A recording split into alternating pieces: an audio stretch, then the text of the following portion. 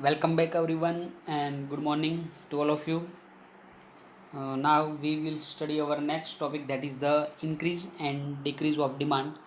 And in the previous lecture, we already completed about the expansion and contraction of demand, and also understand about the increase and decrease of demand.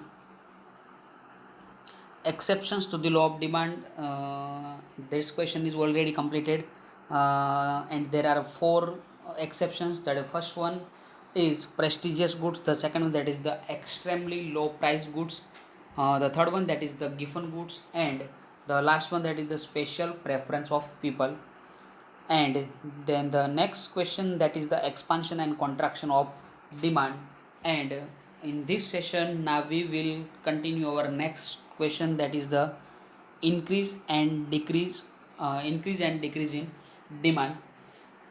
तो friend हमने यहाँ पे increase and decrease of demand और उनके साथ ही expansion and contraction of the demand, उन दोनों के बारे में हमने डिस्कशन लास्ट लेक्चर में कर लिया था, जिसमें से एक्सपांशन एंड कॉन्ट्रैक्शन जो था वो हमने समझ भी लिया था बुक्स के अंदर से. आज हम स्टार्ट करेंगे यहाँ पे increase and decrease in demand. तो please concentrate. When one factor और some factor other than price change in favor of the demand of good, then there is an increase in demand which is caused by rightward shift of the demand curve. यानी कि हमें पता है कि जो factor affect कर रहे हैं डिमांड को, that is the determinants of demand. तो डिटर्मिनेंट्स के डिमांड की हम बात करें तो mainly two factor, that is the first one price and secondly that is the other than price. तो यहाँ पे हमें पता है कि प्राइस की जो हम बोल सकते हैं कि एक्सपांशन एंड कॉन्ट्रैक्शन में यहाँ पे price is a variable, but the other factor remains constant in the expansion and contraction. But जो increase and decrease in demand है वहाँ पे कुछ उल्टा है. यानी कि अदर देन जो प्राइस के जितने भी फैक्टर है वहाँ पे कुछ चेंज हो सकते हैं, लेकिन जो प्राइस का जो फैक्टर है वो भी चेंज यहाँ पे होगा किसके फेवर में, इन फेवर ऑफ डिमांड. तो समझो कि डिमांड में भी इंक्रीज एंड डिक्रीज. तो यहाँ पे हम फिर से समझ रहे हैं कि एक्सपांशन एंड कॉन्ट्रैक्शन के बारे में हमने डिस्कशन तो कर दिया था, लेकिन इंक्रीज और डिक्रीज के हम बारे में बात करें तो हमारा जो यहाँ पे कंसेप्ट तो क्लियर है, लेकिन क्या है कंसेप्ट के अंदर उनके बारे में हम डिस्कशन करेंगे आज. तो सबसे पहले यहाँ पे मैं लिख देता हूँ एक्सपांशन एंड कॉन्ट्रैक्शन, और यहाँ पे इंक्रीज एंड डिक्रीज.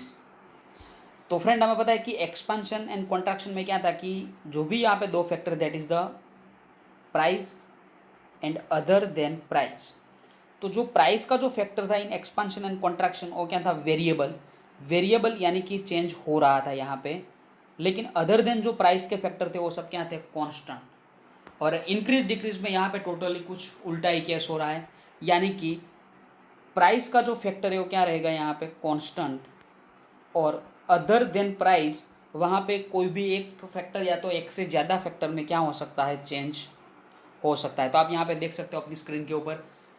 सिंपली हमें याद रखना है कि एक्सपांशन कॉन्ट्रैक्शन में जो लॉ ऑफ डिमांड है वही अप्लाई होगा. यानी कि अदर देन प्राइस के जो भी factor, it's constant, and the one factor that is the price is a variable, and the price is affect on demand, the may be demand expand and contract. और increase and decrease की हम बात करें तो यहाँ पे जो price का फैक्टर है वो क्या रहेगा, कांस्टेंट, एंड बाकी के जो अदर देन प्राइस के जो फैक्टर है वहाँ पे चेंज होते रहेंगे.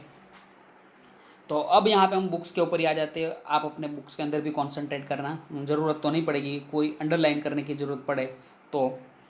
Increase and decrease in demand when one factor और सम फैक्टर, या तो यहाँ पे बोल रहे कि एक फैक्टर या तो कोई भी फैक्टर की बात करें, लेकिन अदर देन प्राइस लिखा है यहाँ पे. याद रखना कि जो प्राइस के सिवा के जो भी यहाँ पे फैक्टर है उसमें चेंज हो रहा है. प्राइस अदर देन प्राइस यानी कि प्राइस में कोई चेंज नहीं, प्राइस यहाँ पे कांस्टेंट रहेगी.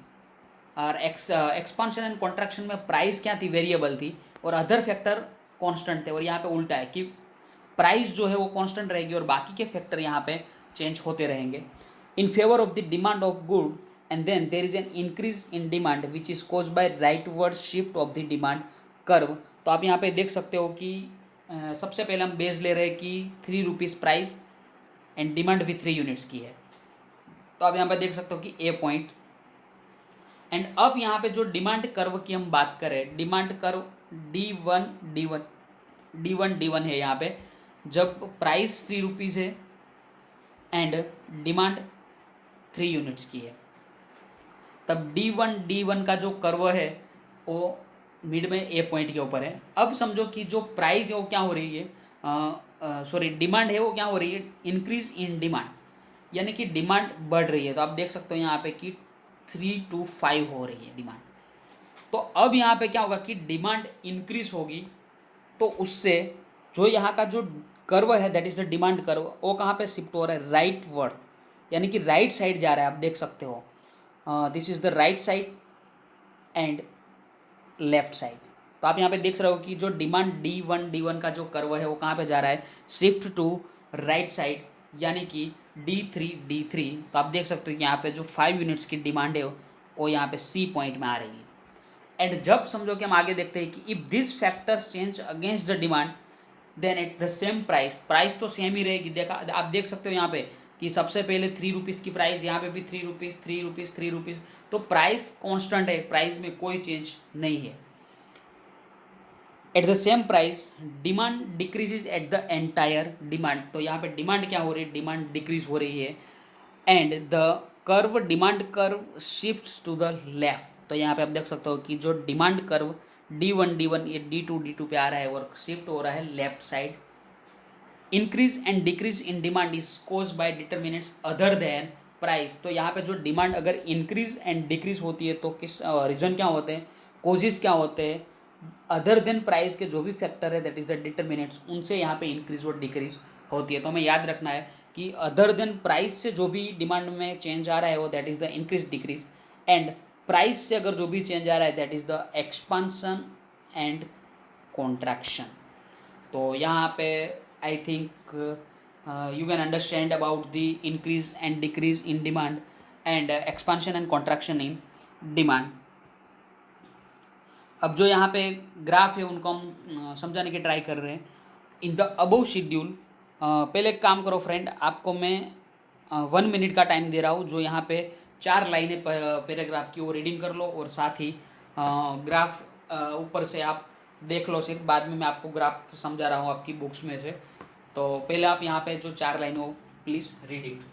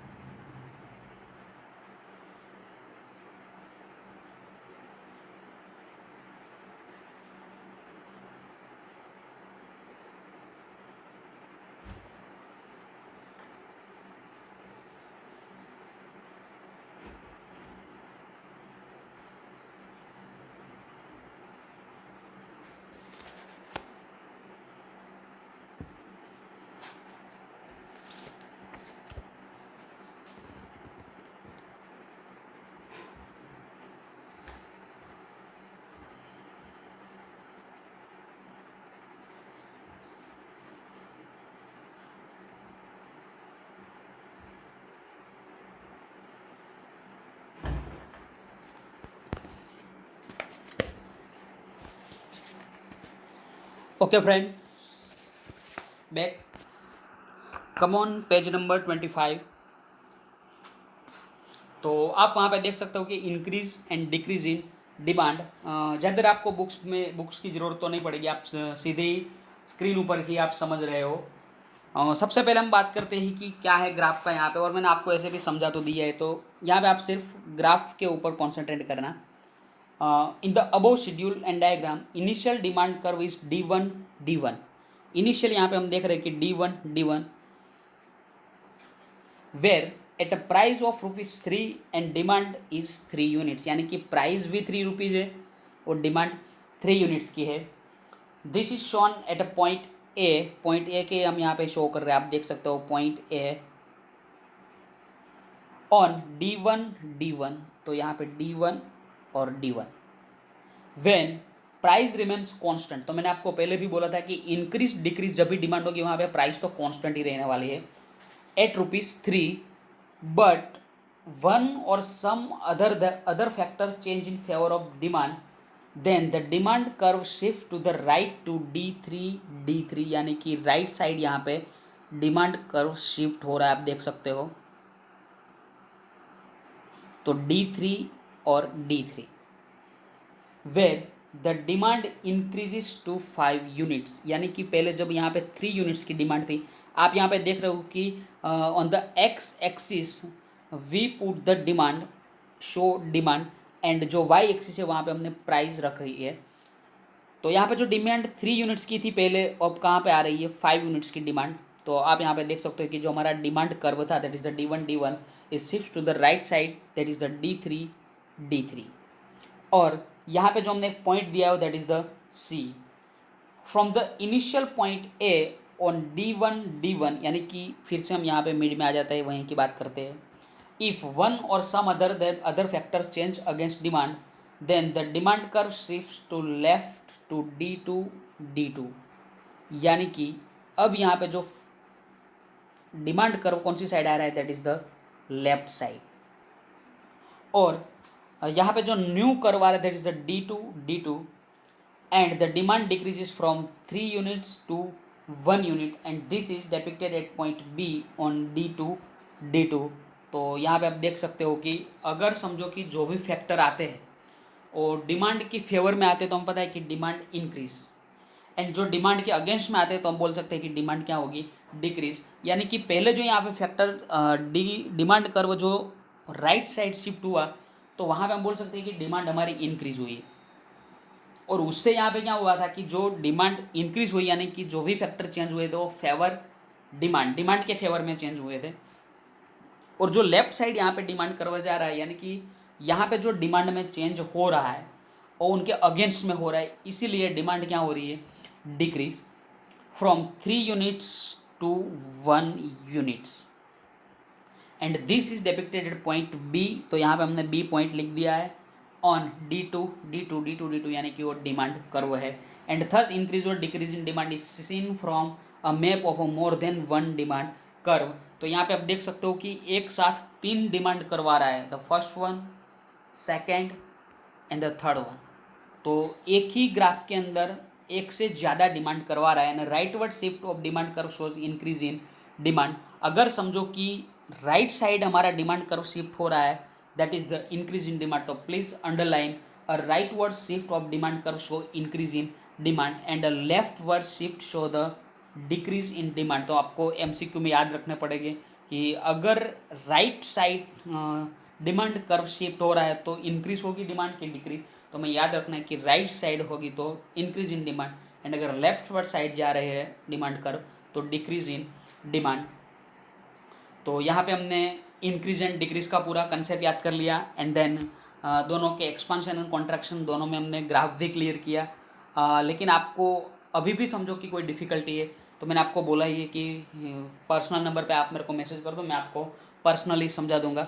और इजीली याद रखने की मेथड हमें याद रखना है कि एक्सपांशन एंड कॉन्ट्रैक्शन में क्या होगा एंड इंक्रीज डिक्रीज में क्या होगा।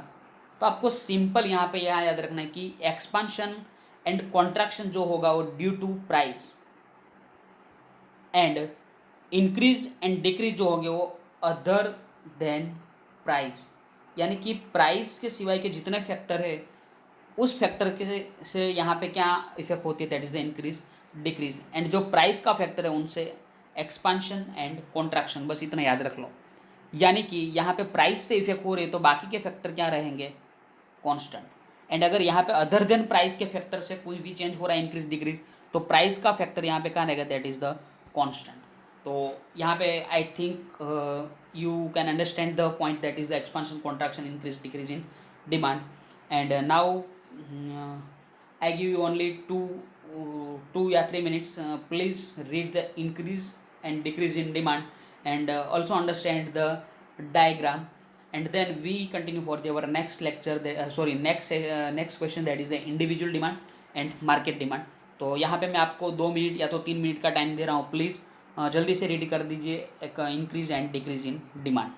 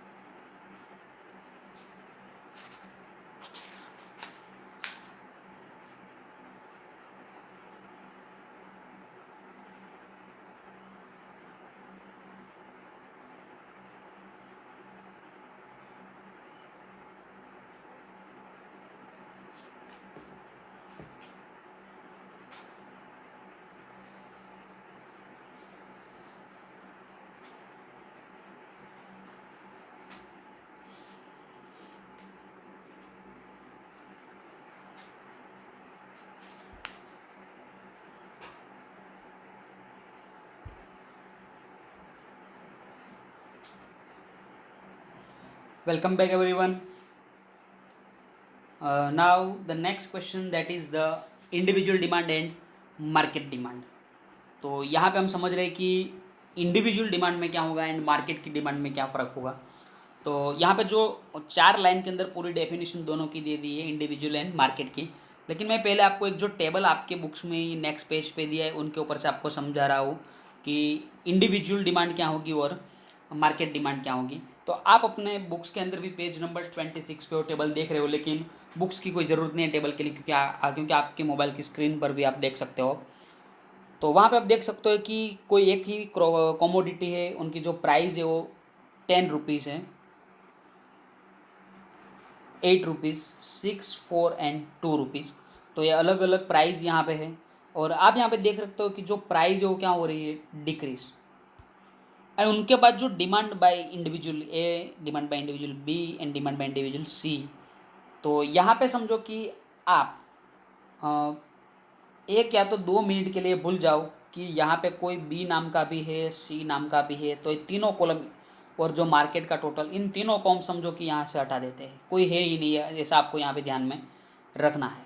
डन। तो यहाँ पे सिर्फ 2 ही कॉलम है, that is the price and demand by individual a. तो फ्रेंड यहाँ पे आप देख सकते हो, ओके 1 मिनट।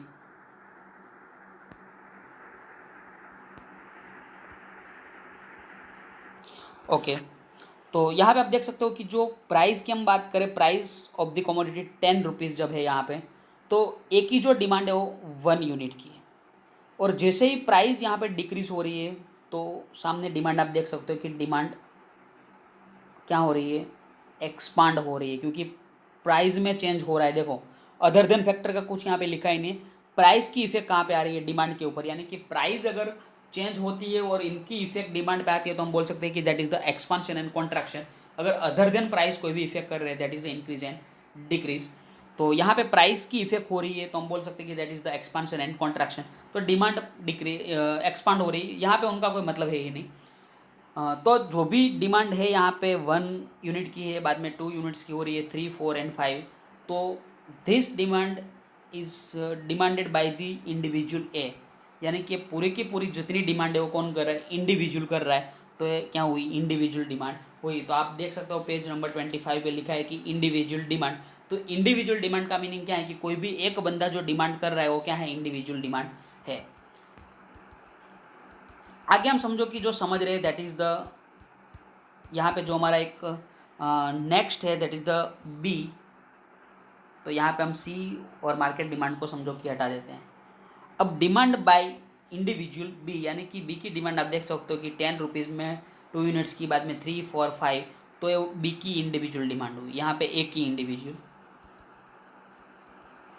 एंड यहाँ पे जो है डिमांड बाय इंडिविजुअल सी, यानी कि यहाँ पे जो डिमांड है वो सिर्फ इंडिविजुअल सी की डिमांड है। तो यहाँ पे हम तीनों की बात करें कि ये ए की इंडिविजुअल डिमांड, बी की एंड सी की।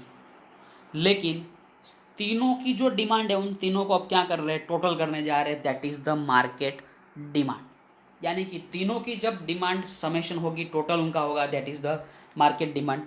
यानी कि ए की जो डिमांड है यहाँ पे 1 unit plus 2 plus 3 is equal to 60 units, sorry 6 units.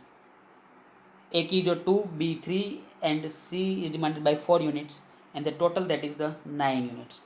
तो इंडिविजुअल यहाँ पे जो भी कंज्यूमर है उनकी जो डिमांड है that is the individual demand. तीनों की यहाँ पे इंडिविजुअल है, लेकिन तीनों का हम टोटल करेंगे that is the market demand.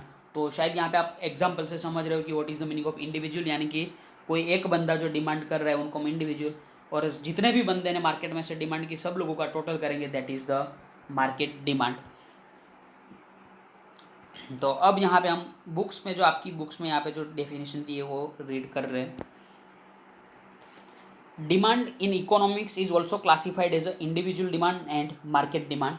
तो आपको क्वेश्चन में, सॉरी बोर्ड के एग्जाम में क्वेश्चन आ सकता है, सॉरी एग्जाम के अंदर स्कूल की, कि जो डिमांड है इकोनॉमिक्स के अंदर हम क्लासिफाइड कर रहे हैं कौन कौन सी demand, that is the individual and market.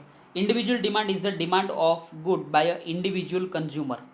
तो आपने देखा था कि जो ए की डिमांड है that is the consumer, B is also consumer, and जो अकेला जो डिमांड कर रहा है that is the individual consumer at a given price, जो भी प्राइस हो, जो भी गिवन प्राइस हो, उस प्राइस पे वो डिमांड कर रहा है at a particular point of time, यानी कि जो भी टाइम फिक्स है वो टाइम पे वो डिमांड कर रहा है। तो यहाँ पे प्राइस और टाइम कोई ज़्यादा हम इम्पोर्टेंट दे नहीं रहे, कोई भी प्राइस कोई भी टाइम, अकेला कोई भी कंज्यूमर अगर डिमांड कर रहा है that is the individual demand. And the sum total of such a individual's demand of all existing consumer in the market is called market demand at a given price or at a given particular of time। यानी कि हम total करेंगे किसका, sum total of such a individual demand. तो हमने देखा था कि ए की जो डिमांड थी, बी की एंड सी की, ये तीनों की जो मार्केट के अंदर डिमांड थी, तीनों का हमने समेशन टोटल किया और हमें यहाँ पे जो भी डिमांड मिली थी that is the market demand. तो हमने आगे जो ग्राफ में समझा वही है, तो प्लीज़ यहाँ पे आप अंडरलाइन कर दीजिए। Individual demand is the demand of good by an individual consumer at a given price at a particular point of time, and the sum of total of such demands of all existing consumer in the market is called market demand at a given price and at a particular point of time। तो यहाँ पे दोनों simple ही है कि क्या market demand थी, क्या individual demand. और अब यहाँ पे हम समझने जा रहे हैं कि आपके बुक्स में जो तीनों के जो अलग अलग ग्राफ दिए हुए हैं उनके बारे में हम डिस्कशन यहाँ पे करेंगे। तो सबसे पहले जो डिमांड कर्व है यहाँ पे, ए की डिमांड की हम बात कर रहे हैं, बाद में बी के बारे में भी समझेंगे and then C and market demand. चारों के जो ग्राफ है हम चारों के ग्राफ यहाँ पे अंडरस्टैंड करेंगे और आप अपने बुक्स के अंदर पेज नंबर 26 एंड 27 वहाँ पे देख सकते हो, चारों ग्राफ वहाँ पे दिए हुए हैं। तो सबसे पहले हम यहाँ पे स्टार्ट कर रहे हैं डिमांड कर्व ऑफ पर्सन ए। तो यहाँ पे सबसे पहले जो प्राइस का कॉलम है वो हमें चारों के टाइम याद रखना है, चार। तो आप देख सकते हो कि जो price of commodity is relates to all the individual and market demand, यानी कि price individual a b and c चार तीनों के साथ तो रिलेटेड है और साथ साथ मार्केट के साथ भी रिलेटेड है। तो हम यहाँ पे सबसे पहले समझ रहे हैं कि demand curve of a person. तो सबसे पहले हम देख रहे हैं यहाँ पे कि प्राइस जो है वो हमने रखी है वाई एक्सिस के ऊपर एंड जो डिमांड है इंडिविजुअल की वो रखी है यहाँ हमने एक्स एक्सिस के ऊपर। तो सबसे पहले जो प्राइस है दैट इज़ द 10 रुपीज़। तो हमने यहाँ पे मैक्सिमम जो हमारी प्राइस है वो 10 रुपीज़ और वाई एक्सिस के ऊपर हमने मैक्सिमम 12 तक प्राइस रख दिए एंड मैक्सिमम जो डिमांड है यहाँ पे 5, तो 6 तक यहाँ पे, वो तो आपको पता है 10th में भी आप देख के आए। अब समझो कि यहाँ पे जो price that is the 10 rupees and उस टाइम डिमांड कितनी है that is the only single unit 1 unit, और यहाँ पे जो दोनों कनेक्ट हो रहे हैं that is the point A. And then price जो हो रही है commodity that is the 8 rupees, demand is expand to 2 units, तो यहाँ पे आप देख सकते हो that is the B point. And then the price of commodity is ₹6 and then the demand is also expands to 3 units and यहाँ पे हम कनेक्ट करें that is a C point. The price of the commodity is decrease by ₹2 and decrease to 4 rupees and the demand expands to 4 units, then this point is comes D and the price of the commodity is decreased by 2 rupees and decreased to 2 rupees and the demand of the commodity is expanded to 5 units, then the output A point। तो आप यहाँ पे मैंने जो भी draw किया आप समझ तो रही हो, सिंपल ही है। और यहाँ पे हमने एक कर्व ड्रॉ कर दिया that is the D1 demand curve. तो यहाँ पे हमने कर्व जो देखा वो किसके बारे में था that is the individual demand curve of person a. उनके बाद हम समझ रहे हैं यहाँ पे demand curve of person b. तो यहाँ पे भी आप देखते हो कि जो प्राइस सबसे पहले 10 रुपीज़ थी तब डिमांड 2, 8 हुई तब 3, then 6, then 4, 5 एंड लास्ट 2, 6। यहाँ पे हमने डिमांड कर्व ड्रॉ कर दिया that is the D2 and उसी तरह आगे का जो demand curve for C person में अब समझाने की ज़रूरत शायद नहीं है कि कौन कौन से पॉइंट यहाँ पे कनेक्ट हो रहे, और आपको पता है कि जैसे ही डिमांड कर्व ए के लिए था बी, और वैसे ही यहाँ पे सी के लिए। एंड लास्ट में हम यहाँ पे समझ रहे हैं कि डिमांड मार्केट डिमांड कर्व, यानी कि पूरी मार्केट की जो डिमांड थी उनके बारे में यहाँ पे जो कर्व दिया है। तो यहाँ पे भी आप देख सकते हो कि जब प्राइस 10 रुपीज़ थी तब मार्केट की डिमांड हमने तीनों का टोटल जो किया था दैट इज़ द 6 यूनिट। जब समझो कि प्राइस डिक्रीज हुई 2 रुपीज़ से, यानी कि 8 रुपीज़ हुई, तब हमारी जो डिमांड थी वो एक्सपांड हुई, मार्केट डिमांड 9। बाद में जब 6 रुपीज़ प्राइस हुई तब 12, 4 के सामने 15 एंड 2 के सामने यहाँ पे 18 की डिमांड थी। तो यहाँ पे वो ग्राफ भी सेम जैसे हमने आगे देखा था। अब यहाँ पे नीचे एक एक्सप्लेनेशन दिया है 5 या तो 7 लाइन का। The above schedules depicts the individual demands by consumer a b and c, यानी कि ऊपर के हमने जो भी शेड्यूल देखे, टेबल जो देखा वो ए बी और सी की इंडिविजुअल डिमांड थी। And the summation of the individual demand is now shown as a market demand. और तीन जो इंडिविजुअल डिमांड थी तीनों की, उनका हम समेशन या तो टोटल हम करेंगे तो हमें डिमांड मार्केट डिमांड मिलेगी। The individual demand curves are shown as a demand curve of a, demand curve of b and demand curve of c, जो हमने आगे देख लिया था, and in a separate diagram above, and the market demand curve is also shown in a separate diagram। यानी कि तीनों की इंडिविजुअल एंड मार्केट डिमांड हमने चारों के लिए एक अलग अलग सेपरेट डायग्राम देख लिया।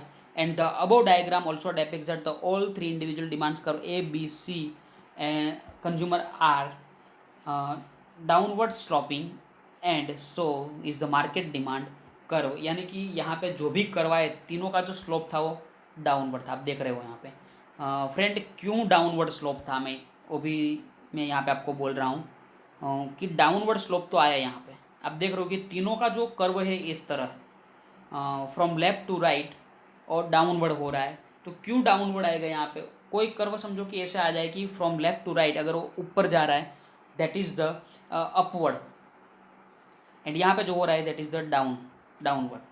तो क्यों ऐसा हो रहा है कि जो हम डिमांड की बात करें तो डिमांड के अंदर एक डिमांड का curve always we remember that the demand curve is always downward sloping, never we get the demand curve upward sloping. तो अपवर्ड स्लोप के अंदर कोई भी हमें डिमांड ग्राम कभी मिलेगा नहीं। डिमांड कर्व जो है ऑलवेज कौन से स्लोप में होगा? डाउनवर्ड में ही होगा। क्यों ऐसा होगा तो मैं आपको यहाँ पे समझा रहा हूँ, क्योंकि यहाँ पे जो रिलेशनशिप था वो इनवर्स था, या तो हम बोल सकते हैं कि नेगेटिव था। नेगेटिव जो रिलेशनशिप था इसीलिए यहाँ पे जो डिमांड कर्व था उनका स्लोप क्या था? डाउनवर्ड था। और पॉजिटिव कर्व किसका होगा तो मैं आपको एडवांस में बता रहा हूँ कि पॉजिटिव कर्व हमें सप्लाई के अंदर मिलेगा। क्यों? क्योंकि the relationship between price and supply is a positive relationship, और यहाँ पे जो प्राइस एंड डिमांड के बीच में जो रिलेशनशिप था वो इनवर्स था। क्यों? क्योंकि प्राइस इंक्रीज होने से हमारी डिमांड कॉन्ट्रैक्ट हो रही थी एंड प्राइस डिक्रीज होने से डिमांड एक्सपांड हो रही थी। और सप्लाई में क्या होगा कि प्राइस इंक्रीज होगी तो सप्लाई भी एक्सपांड, एंड प्राइस डिक्रीज तो सप्लाई भी बोल सकते हैं कि कॉन्ट्रैक्ट। तो यहाँ पे जो रिलेशनशिप है पॉजिटिव और यहाँ पे इनवर्स, एंड इसीलिए यहाँ पे जो हमें डिमांड कर्व मिल रहा था वो ऑलवेज क्या था? नेगेटिव, या तो हम बोल सकते हैं कि इनवर्स रिलेशनशिप। एंड इसीलिए यहाँ पे हमें जो कर्व मिल रहा है डिमांड कर्व वो क्या हो रहा है? Downward slope. हमें याद रखना है कि always we get the demand curve downward slope, and supply curve की बात करें तो सप्लाई कर्व हमें कैसा मिलेगा? अपवर्ड ही मिलेगा। याद रखना है हमें कि demand curve always downward and supply curve always upward. तो आज के सेशन के हम यहाँ पे डिस्कशन करें तो आज हमने देखा increase and decrease in demand. तो वहाँ पे हमने जो देखा कि इंक्रीज एंड डिक्रीज होने का रीज़न एक देखा था कि क्यों यहाँ पे इंक्रीज एंड डिक्रीज हो रही है डिमांड। तो वहाँ पे एक रीज़न था कि इंक्रीज एंड डिक्रीज होने का रीज़न है OTP। OTP यानी कि अदर देन प्राइस। अगर अदर देन प्राइस के कोई भी फैक्टर के अंदर चेंज हो रहा है तो हम बोल सकते हैं कि यहाँ पे होगा that is the increase and decrease. And अगर समझो कि प्राइस में चेंज हो रहा है और उनसे डिमांड में कुछ चेंज होगा तो वहाँ पे हम बोल सकते हैं that is the expansion and contraction. और जो इंक्रीज एंड डिक्रीज था वहाँ पे हमें अलग अलग एक ही ग्राफ के अंदर एक से ज़्यादा डिमांड कर्व मिल रहे थे, DC मिल रहे थे, डिमांड कर्व मिल रहे थे। एंड जो एक्सपांशन एंड कॉन्ट्रैक्शन उनमें सिर्फ सिंगल डिमांड कर्व ही मिल रहा था। Please you can see on page number 24 the expansion and contraction of demand, and please you can see the diagram that is the expansion and contraction of demand. तो वहाँ पे आप देख सकते हो कि एक डायग्राम और वहाँ पे एक ही डिमांड करो, दैट इज़ द डी। और उसके जो सामने का पेज है दैट इज़ द 25, वहाँ पे इंक्रीज एंड डिक्रीज, तो वहाँ पे अलग अलग 3 डिमांड कर्व है, आप देख सकते हो इस तरह, क्योंकि प्राइस है वो जो कांस्टेंट है 3 रुपीज़ है, और यहाँ पे जो 3 लिखा है तो वहाँ पे ही प्राइस का कर्व रहेगा 3 रुपीज़। लेकिन यहाँ पे जो है एक्सपांशन, वहाँ पे प्राइस भी चेंज रहती होगी और उनकी इफेक्ट कहाँ पे होगी, डिमांड के ऊपर, और यहाँ पे प्राइस कांस्टेंट रहने वाली है 3 रुपीज़।